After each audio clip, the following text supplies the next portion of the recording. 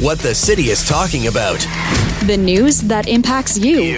Welcome to the Montreal Now podcast. So been a lot of talk, obviously, about independence, the referendum. I had Paul St. Pierre Plamondon on the show a week ago, and when the question came up, look, given the fact that, you know what, most people still say they don't want to vote for separation, would you consider holding off? And he absolutely said no, he's going to have this. This is what he's going to do if he becomes Quebec's new premier. So I'm reading this piece the other day, which is titled, "Is Quebec's Independence Making a Comeback?" in quotes. And I wanted to follow up because the research that goes into this has been conducted by graphs here and polls over the last 50 years. It's really quite a fascinating take on the story. So let's get to it and talk to the gentleman responsible for it, the author. He's on the line. His name is Patrick Déry, freelance columnist, public policy analyst. He writes the Substack, Avez-vous voté pour ça? And he's on the line. Patrick, thanks so much for coming on. And first of all, congratulations on putting this together. You spent a lot of time kind of going basically through 50 years of the independence question. What possessed you to do this? Well, actually, the politicians say something, and I like to check the facts, check the numbers, check the figures, and look at the data. And sometimes there's a gap between what the politicians of all stripes say and what the facts are. And I wanted to, since the election this year will be important, since it may affect Quebec and also the country. So I wanted to have a look. So I plunged into the data and looked what happened over the last 50 years. So let me start with right now. We can work our way back if need be, but you also point out in the piece, right, you have a PQ critic, one of the economy critics, who said, we are currently, referring to Quebec, we are currently witnessing a, quote, strong return of the independence movement in Quebec. And Paul St. Pierre Plamondon basically made the same analysis this week, right, that the independence movement is gaining strength. But what do the numbers say, Patrick? Yeah, well, it doesn't say that. I understand the PQ leader to be optimistic about the independence and to ready the base. But if you look at the data over the last, it hasn't budged over the last 20 years. So the picture right now, the snapshot is about 38% for the yes and 62% for the no. But that's only the snapshot. What I did is I put together all the surveys from 50 years ago and looked when it spiked, when a majority of Quebecers were ready to vote yes, according to the surveys. And it happened only I was surprised actually by the result because I thought that the support for the yes would have been greater over longer periods, but actually there were only 4 times that the majority of Quebecers would have voted yes. The first time was just before the 1980 referendum. It lasted only a couple of weeks, and then we know what happened. The second time was just before a year before the failure of the Meech Lake Accord, which saw a really strong spike and support for sovereignty, which lasted about 3 years. Then, just before and after the 1995 referendum, it just went a bit over 50%. And the fourth time, it was after the sponsorship scandal, and it lasted only a few weeks. So, in total, it's over the last 50 years, a majority of Quebecers would have voted yes only about 5 years out of 50 years. So given that, and the history suggests almost that if we don't have a scandal of some kind, those numbers are not going to change. Each one was tied to something, Meech Lake or the last referendum, I guess. But I wonder, too, the other story that I think was interesting was people who were here to remember 1995 or even 1980, right, and what it did to the province. There was negative effect by virtue of it. And then we're saying, well, those people clearly would not want to vote yes in a referendum, right? If you've been here for a while and you experienced that, you don't want to go there again. So there was a poll that came out that showed, and I want to make sure I use the right word, showed a spectacular rise of sovereignty among young people. And I remember we spoke about that at the time. These are people, 18 to 34-year-olds. But you mentioned in your piece that was really just a one-off more than anything else. Well, actually, when I use spectacular in my piece because, and I use quotation marks because that's what some media outlets use. And I was really surprised last summer the way it was framed because we all know that the 1834 are a subset within a larger group. So let's say the sample for surveys about 1,000 people, which is a really good sample, but still has a margin for error of about 3% most of the time. Well, the 18 to 34 are notoriously difficult to reach. So you may have a subset of about 200 people. It's a really small sample, and of course the margin for error is a lot larger. Sure. So you have to expect that, to put it plainly, 35%, maybe, 28% or 42% if you have a margin of error of 7%. So it's a really wide gap. And there were only 2 surveys, and some media were really quick to conclude that there was a spike. I was pretty sure that there wasn't, because if you look at the trend and not at the snapshot, we did not see that for the last few years. And of course, a couple of months after that, it went back to normal. And right now, what you see is that whether you look at the 1834, the 25 to 54, or the 55 and over, the support for sovereignty is between 35 and 40%, and the younger groups, which used to be the spearhead for the independence movement, well, now they vote mostly like their parents. Isn't that interesting? It's funny. You have a great line in your piece as well. You write, in short, when sovereignty receives the support of the majority, it is more in reaction than in conviction. Yes, and that's important, because a lot of Quebecers voted yes in 1995. I was one of them. And I remember at the time, and of course it was after Mitch Lake, so it was a really different period. And when I saw that it was going to be really, really tight, then I began to hope that we don't want to win at 50.1 or 50.5 or 51. It will be just too difficult to manage. And it's difficult to accept that. Well, and of course, PQ leaders have a hard time accepting that, but you don't make a country, you don't build the foundation for a country within the margin for error. There has to be a sweeping wave, something that's durable, and the hard reality is that this has never existed in Quebec. And it doesn't exist now, which kind of makes you wonder why Paul Saint-Pierre Plamondon is still committed to going ahead, but then again, that's his whole raison d'etre, so maybe we shouldn't be surprised. It's good for rallying the base, so it's good in order to win the other elections, but that doesn't mean there's going to be a referendum after the election. If they're certain to lose, well, it's possible they won't hold it. Let me ask you one last thing. We're going to run out of time. So you say you voted yes. You remember back in 1995. So here we are 30-some-odd years later. Why would you not vote the same way?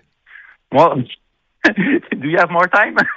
I'm curious. A lot of things has changed. Of course, there's no sweeping change. There's no sweeping wave. There's some things are better than they were at the time.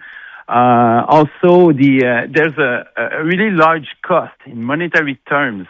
If Quebec had to leave the Canada, well, we receive about 20 billion a year in federal transfer. I'm not talking about equalization payment. I'm talking about the whole thing. And of course, there's the share of the debt. So basically, if you make a cost-benefit analysis, I don't think, with respect to the other opinion, I don't think it holds right now. And of course, the world has changed. So I think we're better as a group in an imperfect country that Quebecers can try to make it better, and I think they do. You have to remember that most of the prime ministers of Canada have come for Quebec over the last 60 years. So we all have a share in that. So, but anyways, it would take an hour to discuss that, so maybe some other time. I should book you next time I have Paul Saint-Pierre Plamondon on the show. You guys could have a back and forth. It'd be fascinating to hear. He'll be really happy if I'm there. I'll keep that in mind. Patrick, thank you so much for the time. Really appreciate it. No problem. Thank Merci you. beaucoup. Patrick Déry. You want to read the piece of Substack. It's really quite interesting, and it's full of graphs because he spent a lot of time putting this together. Canadian women are looking for more out of themselves, their businesses, their elected leaders, and the world around them. And that's why we're thrilled to introduce the Honest Talk podcast. I'm Jennifer Stewart. And I'm Catherine Clark. And in this podcast, we interview Canada's most inspiring women. Entrepreneurs, artists, athletes, politicians, and newsmakers, all at different stages of their journey. So if you're looking to connect, then we hope you'll join us. Listen to the Honest Talk podcast on iHeartRadio or wherever you listen to your podcasts. Bringing you the breaking news and the people making it. Montreal Now with Aaron Rand, CJAD 800. This story, and I saw this on CTV last night, and I thought, you know what, a lot of people will be very affected by this. So to clue you in, the woman, her name is Celia Johnson. She was on with Elias, I guess this was yesterday, right? So imagine she has a job. She goes on mat leave, comes back, and I'm sure other people have had this. I remember over the years hearing stuff like this. Comes back, ends up losing her job. But then it goes from bad to worse because she finds out she can't get unemployment insurance. Here she is telling the story of how this all came to pass. So listen to this. So in October 2024 is when I went off on my maternity leave. And I was set to return in October of 2025. And the week before I was set to return to work, my boss called me and told me due to the economic performance of the company that unfortunately she'd have to lay me off. So after that, the week of, I applied to employment insurance, and it took them 2 months to get back to me to actually let me know that my case was denied. So I reached out, and I had multiple conversations with the agents who had explained to me that the benefits are paid out in a 52-week cycle. And given my maternity leave was 50 weeks, they'd have to close up that cycle and then open up a new cycle to pay out the remaining benefits. So that was the last conversation that I had with an agent.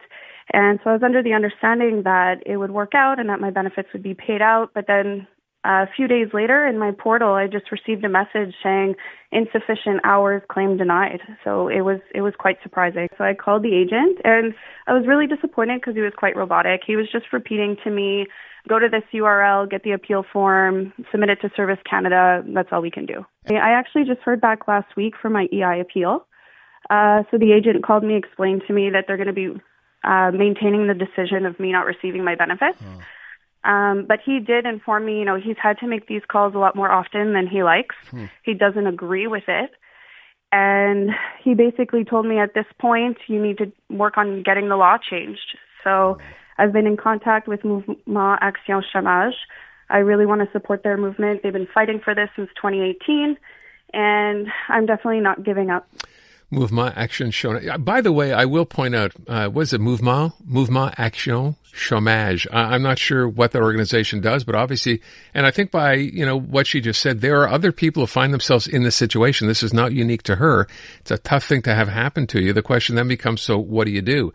Annie Boilard is president of Reseau Annie RH, which is an HR specialist firm. She's on the line. Thanks so much for taking the time. Can you fill us in here? You've obviously heard of situations like this come up pretty regularly, no? Hi, Aaron.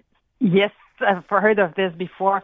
Well, it's pretty much always the same pattern. It's always people who are declined on employment insurance because they don't qualify. They didn't work enough hours prior to their request. And usually it breaks our heart to hear those stories. Sometimes it's people who have worked, for example, seasonal work, and they've almost made it, but they were missing maybe a week, 2 weeks of work, and then they're not eligible. Or the story with Celia with unemployment insurance and maternity leave. It's always so sad to hear those stories. The question is, if this has happened to other people and they find themselves in this situation, what recourse do they have? What can they do? Well, it's when we understand the law, we understand why this is happening, and unless the law changes, it's going to keep happening again. Okay. The way we have to understand that unemployment insurance, obviously they need rules, they need to know when to pay and not to pay people, and the heart of the system is, did you qualify? Did you work enough hours? And every time that the answer will be no, and unfortunately when it's maternity leave, this is what happens because the person was not working for the last months within the last year, and it's always going to get to that. So then at this point in time, I listened to what the lady, what Celia was saying, to improve the law, and I think that's going to be the next course of action. But in between, because we kind of guess it's going to take a lot of time, in between, it's very, very sad. So the bottom line is this is not new, right? This situation or the way the law, the regulations are set up has been in place for forever, yet there has been no change. And this is not provincial, this is federal now, right? Exactly. It has always been this same way of working, this way of calculating the amount of hours that you need to qualify. This amount changes. It depends on where you're located in Canada, but then within your region, it's going to be the same amount for you and everybody around. And it's really the way it works. It's the heart of the system. It's really the way that's been created. But then the problem is for example, maternity leave. It feels. I think we all have it behind our head. It feels like it's a bit unfair because on one hand, sure, we have a program from the government that allows people to take parental leave, maternity leave. And then on the other hand, you have another government that says, well, you can do it, but you become not eligible for unemployment insurance if you do that. And it feels like it's kind of not making a lot of sense. You're kind of caught in between. You're right, because if you end up taking that work, then you're not entitled to get the insurance anyway. I mean, with respect, as I said, that this has been going on for so many years, is there any kind of hope here? I mean, stories like this, when they become public, I'm sure people react more, and we're going to start to hear from other people who found themselves going through the same thing. Is there some hopefulness here that the government or whoever's in charge of this particular file, obviously A, knows about it, and B, might be making some changes or is considering making some changes? I hope so. I remember people talking about this 20 years ago. To me, it has been around. It has always been around, and I hope it's going to change. But something else that doesn't help is we have to keep in mind when people are on maternity leave, they get money in their bank account, and sometimes they think it's salary, that it comes from their employer, but in fact, it comes from unemployment insurance. So that's why it's twice more complicated, because they empty their bank of hours and their insurance when they were on maternity leave, and you're coming back to the same entity asking to pay again. So it makes it even more complicated to change. But I trust that at one point in time, a lot of people will realize what we're talking about. There's kind of an unsense behind this. It doesn't work. It's kind of unfair. And also at the heart of the project, of the program, unemployment insurance, the reason why they're so strict with the amount of hours you've worked within the last 52 weeks is because they don't want people who don't deserve unemployment insurance to get it. But at the end of the day, someone who was on parental leave or maternity leave, I mean, you cannot blame them for not working. That's kind of what our society wants. That's what I get from the governmental programs that we have. So we're punishing them for doing something that I think everybody agrees that it's normal that they're not working. They're staying at home to take care of a kid.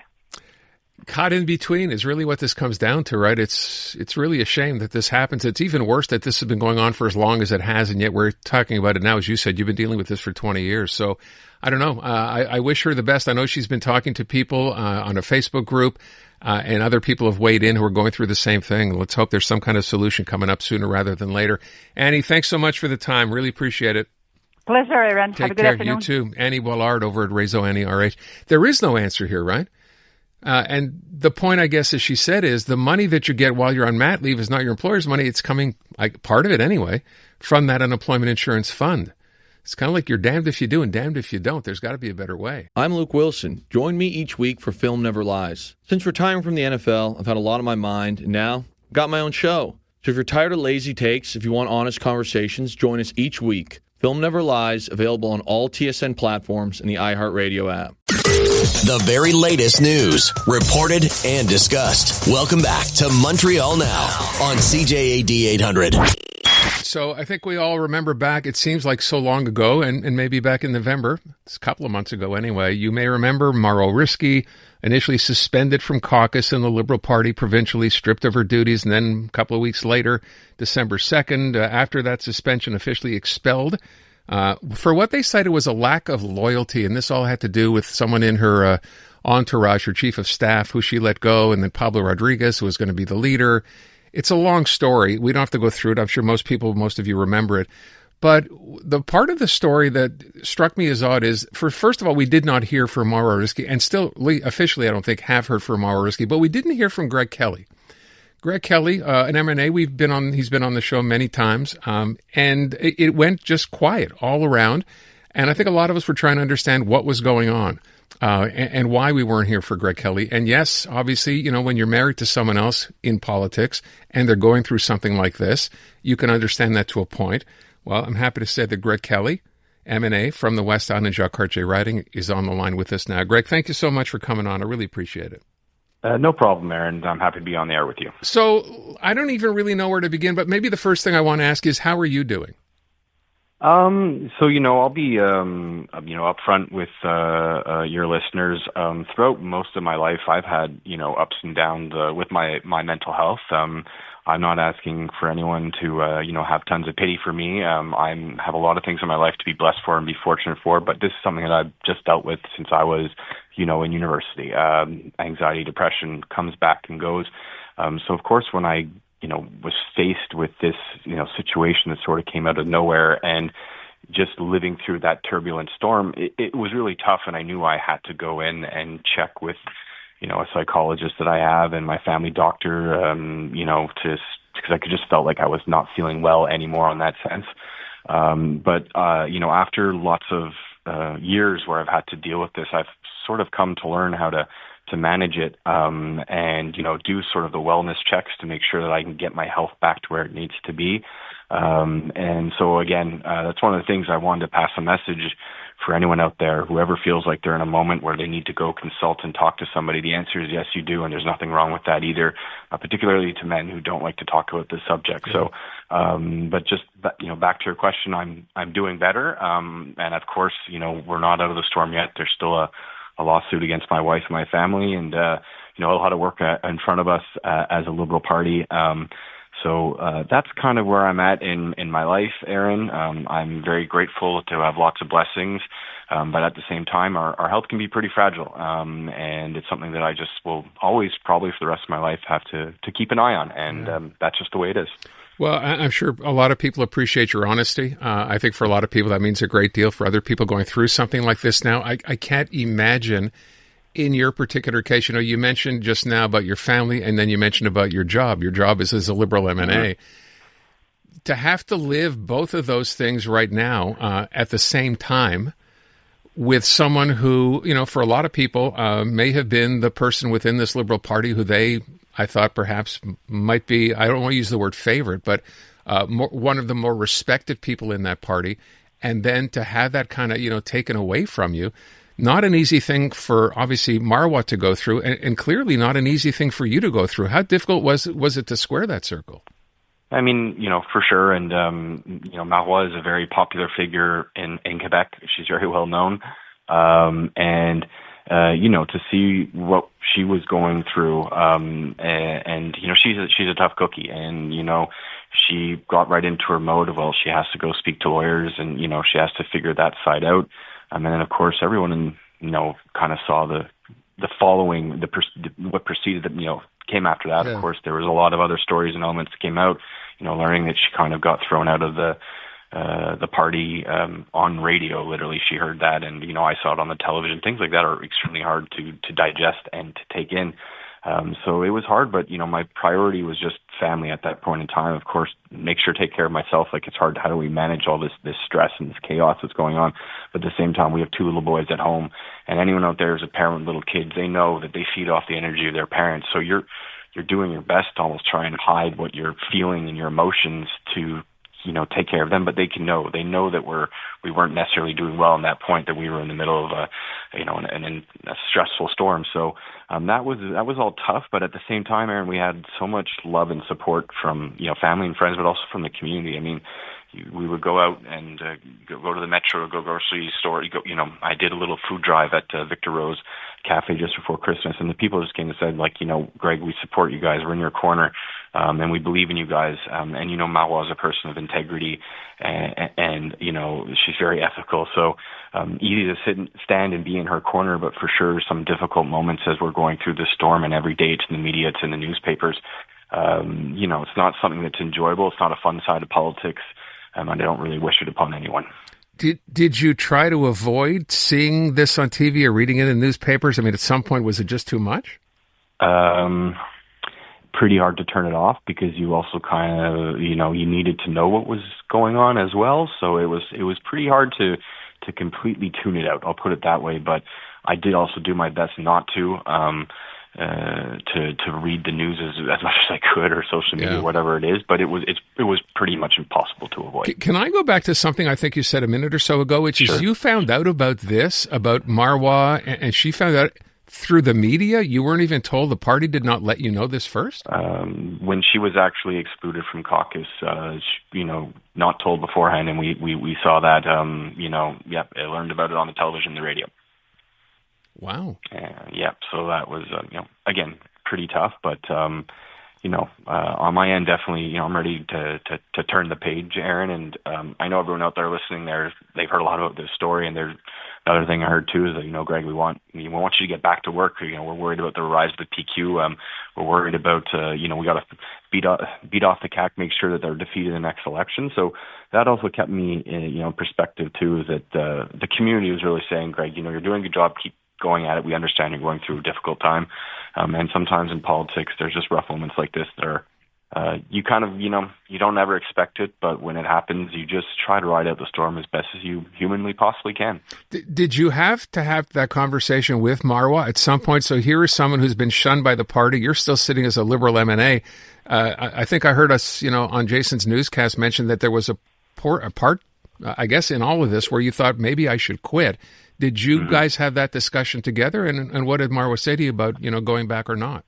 I was really not trying to burden her with anything on that level. And, I was just sort of in my head as thinking, am I going to have to quit? Am I going to have to, is that what I should do? Sometimes I was so frustrated. I felt like that's the only option. But I also knew exactly what my constituents had told me, as I told you, I was going out in the community saying, Greg, you're a good Liberal, proud Liberal. We want you to keep, sticking with it. This storm will pass.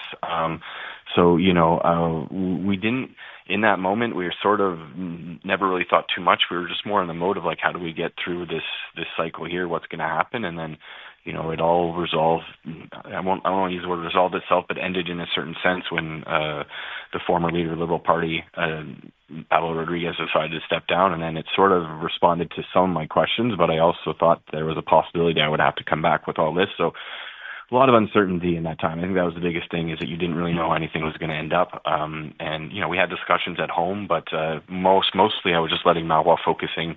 There was a lot going on the legal side that she had to take care of, and I was just really focusing, taking care of her and taking care of the family. Has anything progressed on the legal side, if I can ask, or is this still kind of where you no man's land here?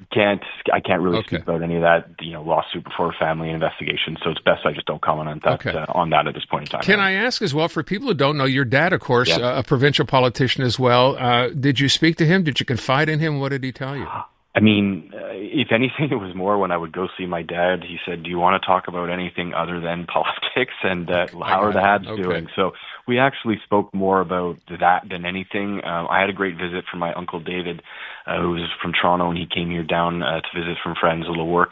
And he just invited me over to my parents' place for coffee. He said, Greg, we're not even going to mention what's going on with you. Let's just talk about everything else under the sun. So there was a little of that going on, too, that it was people around me were saying, Greg, I know you need to think about other things, so let's chat about other things. And that it actually really helped more than anything else.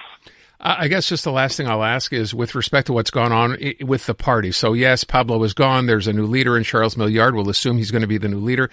Has the party reached out to you to say, please come back? We want to have you back. And we know it's a new beginning, if you will. Well, I mean, for sure. I mean, in terms of, I always had conversations throughout this with Marc Tanguay when he was the whip, and then he became the leader again. So, I mean, I knew I had my place around the caucus table.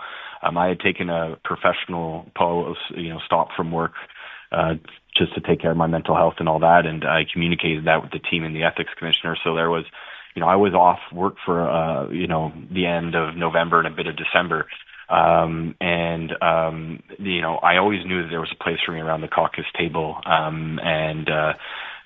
For with regards to Marois, that's something that the party made clear, that the next, leader, will be the one who, decides and works on that. So for the moment, I respect that decision, and I will let the next leader, sort that all out. And, as I've mentioned in the media, I obviously want Marois to come back and be part of caucus. I mean, her husband. It's a natural position for sure, but obviously because she's such an ethical and honest person, I really, hope that happens. So one thing at a time.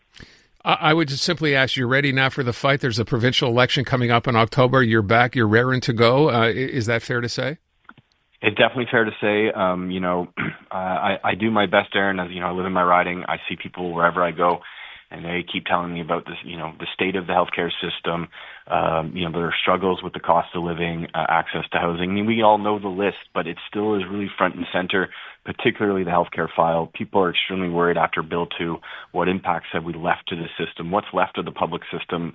How can we make improvements quickly? So I'm ready and eager to go on those fronts, help contribute to my caucus, and of course stand up for my community whenever I have to. So I'm eager. I'm chomping at the bit. And the riding association I have, the volunteers out in Jacques-Cartier are putting our plans together for the next campaign. So I'm eager and ready to go.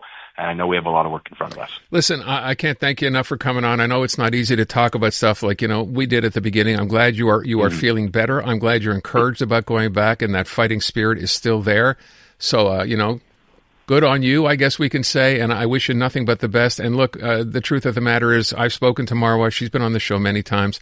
Please, on behalf, because I know she's not, talking necessarily publicly, please send her my best and wish her, all the best as well, because I think, as you said before, as I said as well, people like her, people respected her, she was ethical, she was respected in the community, respected as a politician, and I think people miss her, and I want her to know that, so please send her our best as well. Much appreciated, Aaron, and I can just for everyone out there, she'll be back at the National Assembly in the coming weeks, representing Saint Laurent, so I'm sure you'll hear from her in the near future. Look forward to it. Greg, thank you so much.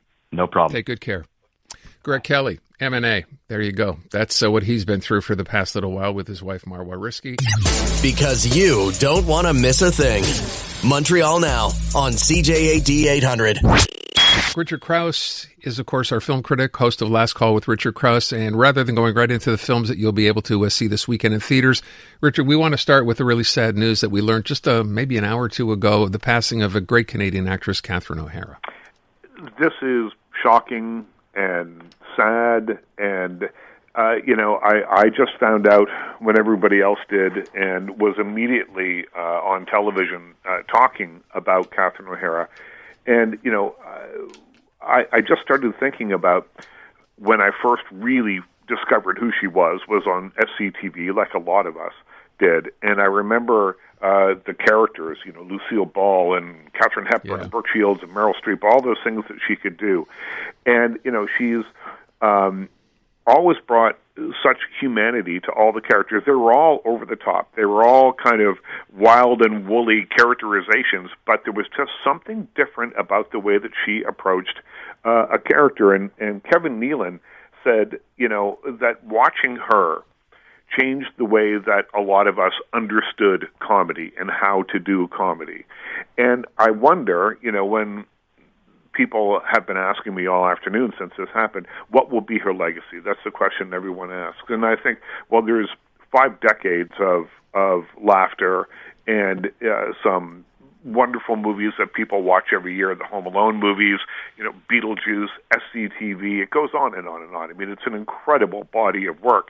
But I think that one part of her legacy that we haven't really talked about that much is her influence, this massive influence she had over a whole generation of comedians and I think female comedians and comic actors who looked to her as the gold standard and learned from her and took that stuff forward. So her real legacy is, I think, the stuff that will happen now. The actors and performers that will create new things based on the ideas and the approach that Catherine O'Hara took to her craft. And that's an incredible legacy because it is literally never ending. Yeah. I will point out as well, it's funny, right? Depending on your generation, you may remember her from SCTV. You may remember her from Schitt's Creek. Yeah. I think back just last year, not even knowing much about the show, started watching The Studio. Yeah. She was absolutely brilliant in that show. She was nominated for an Emmy Award for that. She had iconic careers or iconic characters all the way through her career. So SCTV there were, too many to mention. Then you think about Delia Dietz from Beetlejuice. You think about Kevin's mom in the Home Alone movies. You think of Moira Rose from Schitt's Creek. Each of these characters was distinct and interesting and, in a different decade, probably, most of them anyway. And, she left her mark on all of those characters in each of those productions. And so, it left behind rewatchable characters because they were over the top, maybe, always hilarious, but always grounded in some kind of humanity. So, this is really, really terribly sad news. I just add over the top in the best possible way. Absolutely. So. Over the top in a way like, you think of Moira Rose and the way that she spoke and pronounced words and things, and it was so brilliant. This complete character that not only had a unique style about her, but also everything about her was unique, right down to the way that she spoke and pronounced words just a little bit differently than a lot of other people do. Sad news. This has been the Montreal Now podcast. Listen live on your radio weekday afternoons from 2 to 6 on CJAD 800 or through the iHeartRadio app. I'm Luke Wilson. Join me each week for Film Never Lies. Since retiring from the NFL, I've had a lot on my mind, and now I've got my own show. So if you're tired of lazy takes, if you want honest conversations, join us each week. Film Never Lies, available on all TSN platforms and the iHeartRadio app.